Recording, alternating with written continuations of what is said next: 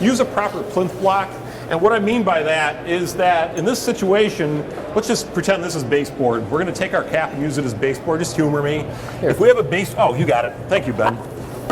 This is realistically what it should look like within reason. And I recognize it's kind of hard to see, but you see a substantial shoulder up above there. It should be at least a ½ inch to an inch. We could even put base cap on this and this would still be tall enough.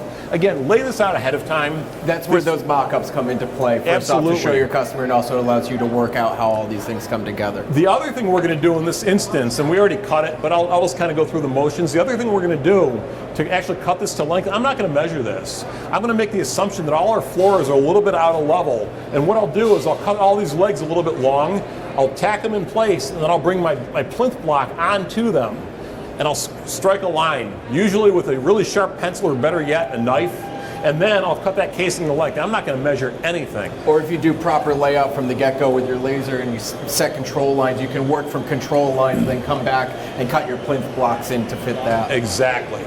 But when it's installed, you'll see that there are shadow lines everywhere. There's a shadow line, or a shoulder, if you will. There's one here, left, one here, right, one on the face. There's a shadow line, or a shoulder, between the baseboard and the plinth.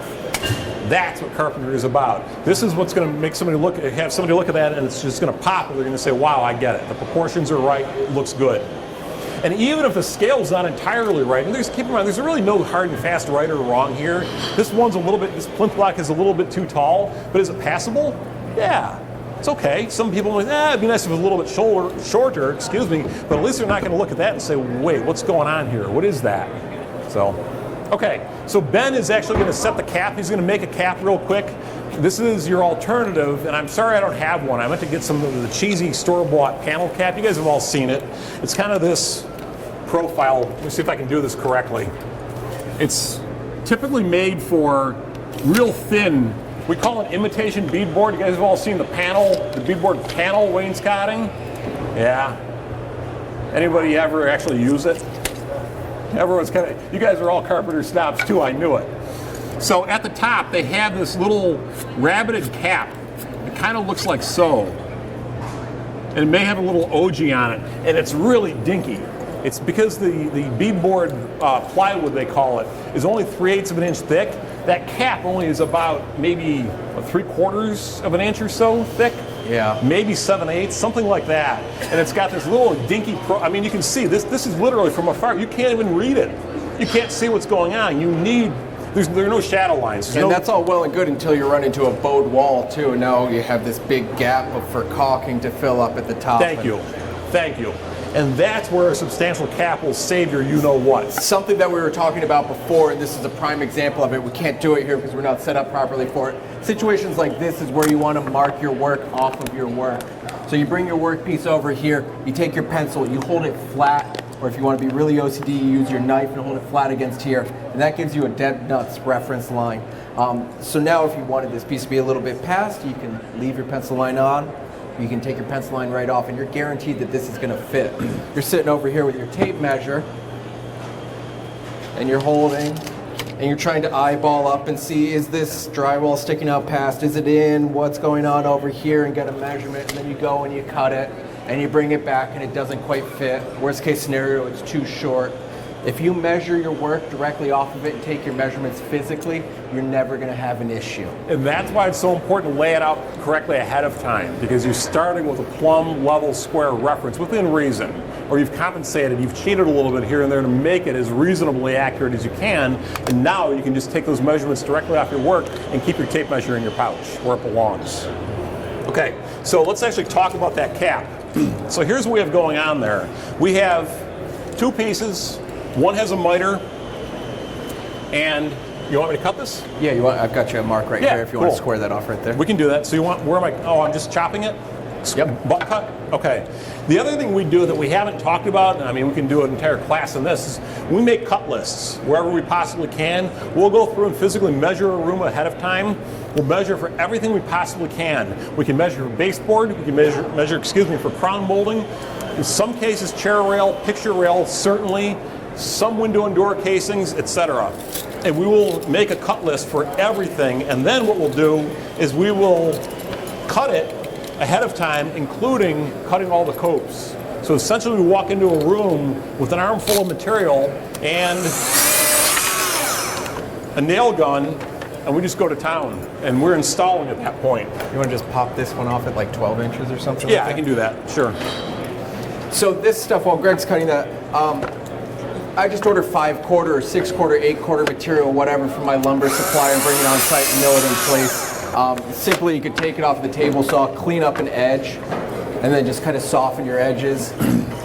Just give it a clean detail.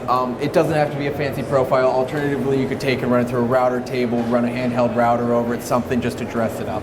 Absolutely. And then we're going to talk about detailing some of these transitions. So what Ben has going on there is he has a butt into that window. In reality, we're going to detail that the same way we did the stool. You can see where this looks a little strange. It's, you know, this is why we're doing this. You can kind of see the difference. If we just butt it in there, it's kind of unsupported, and it doesn't look like it was intentional. If we actually take the time to cut a little notch in there and land it on the casing, now it looks intentional. See the difference though between this, or you will once he installs it. And then when we actually are installing it, the next thing we're going to do before we nail it in, we're going to scribe it to the wall. And this is where, as you mentioned before, this is so important that you have some material that actually has some meat to it, because you can take your scribes and you can set them. Do you have scribes on you? Not in my pouch. All right. No. You can take I had a pair, but that's okay. We will actually take our scribes and we will, I got them.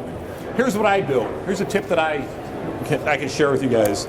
I bought a really nice pair of scribes a while ago. I haven't really used them too much yet. I'm not sure how I feel about them yet. I mean, it's really, you know, tools are a carpenter, they're like really personal, aren't they? So here's what I do. I take a cheap set of scribes. These are like your, you know, $4 scribes that almost everyone has, because there's really very few good scribes in the market in the sub $25, $30 range, and no one wants to carry a $30 set of scribes. What I do is I take it and I bend the leg of it. You can see right here I bent this a little bit.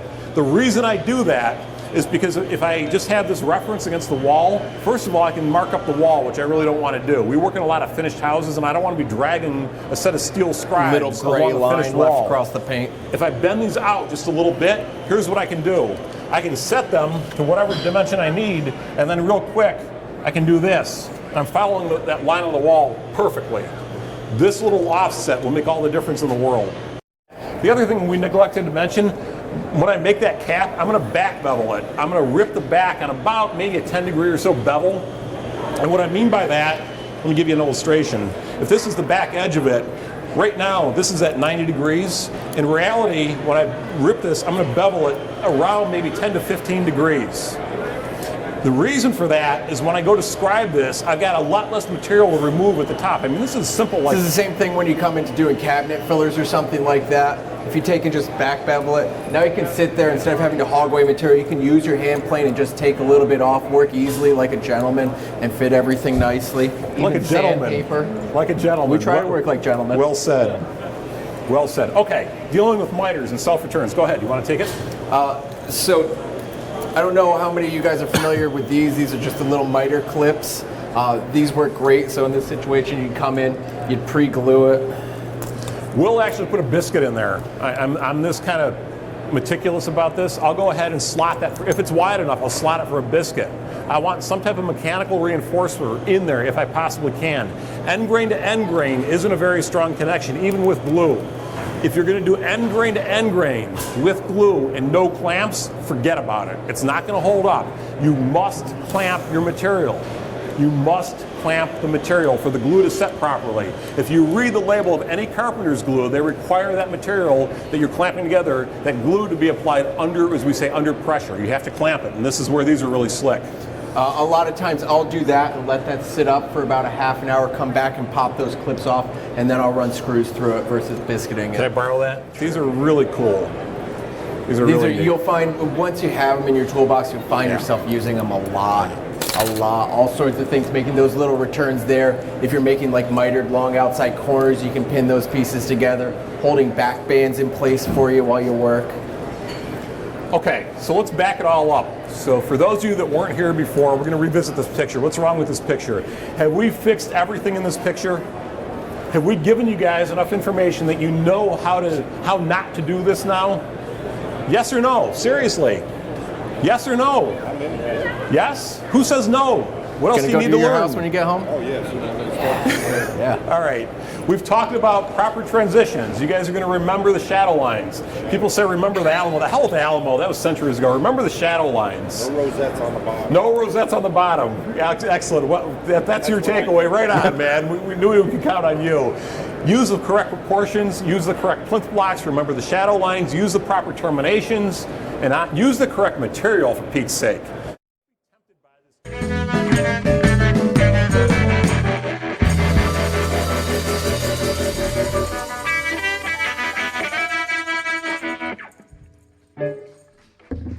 Yeah, thank you.